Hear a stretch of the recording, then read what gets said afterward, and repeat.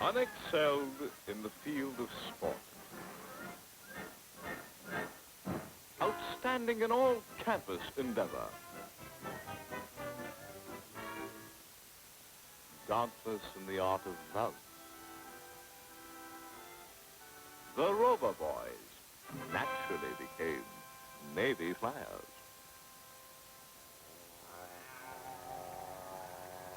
Dick, the eldest, showed rare leadership ability.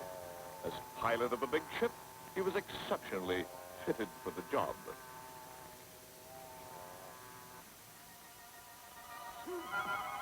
Fun-loving Tom was a crackerjack birdman, renowned for his daring do. And Buster, the youngest, was honored for his manly reserve.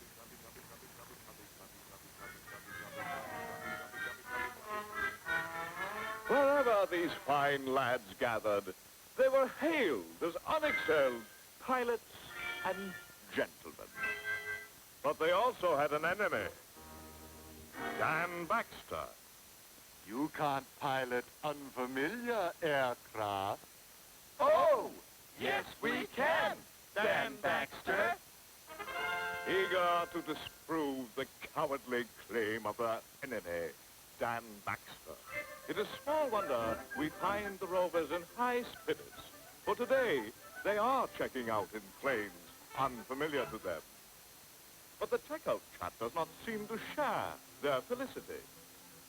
He is more concerned with dull, elementary details. He seems to forget that Dick has been a skipper of a man-sized, multi-engine craft, a far greater responsibility than an SNK. But finally, the ordeal is over, and Dick once again demonstrates his aeronautical superiority. Now it is time to head for home. Dick was aloft. Dear me. You've always depended on your radio man, navigator, and co-pilot. But now, it all depends on you.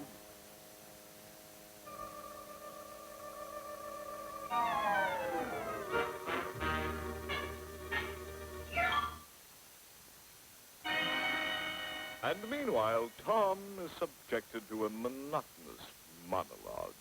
But the fun-loving Rover is too lively a youth to pay much attention to a fuddy-duddy. As for this F4U, why, Tom could fly the box it came in. Fortunately, Buster's instructor is a more interesting conversationalist, and Buster is reluctant to change the subject. So loath is he to hurt the flight officer's feelings. However, Buster has nothing to worry about. After a dandy flight, he heads back to the field. Tower to Fox 7. Your wheels are not down. If only I had inquired into the emergency features of this machine. Try the CO2 handle. Afraid to ask questions lest you be laughed at. Hey, Buster? Try the CO2 release. I don't know where it is.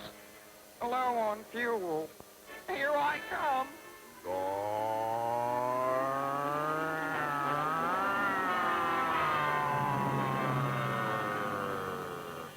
And now, back to Tom.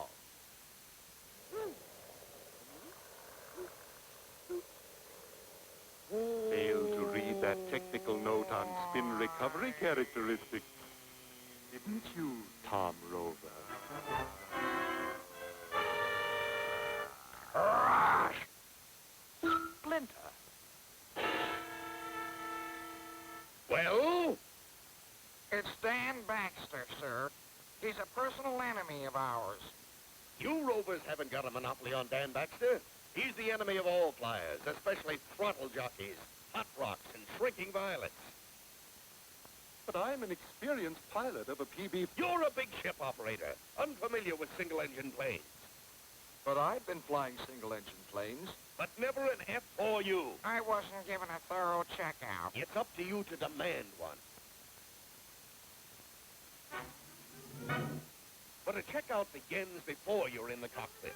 Know the pilot's handbook, study the manuals, familiarize yourself with technical orders, technical notes, aviation circular letters, flight safety bulletins, see pertinent movies, and keep up on Grandpa Pettibone's advice to aviators. Thus, the Rover boys bested the arrogant Dan Baxter. But he still lurks around the airfield, looking for a victim. Be sure it isn't you.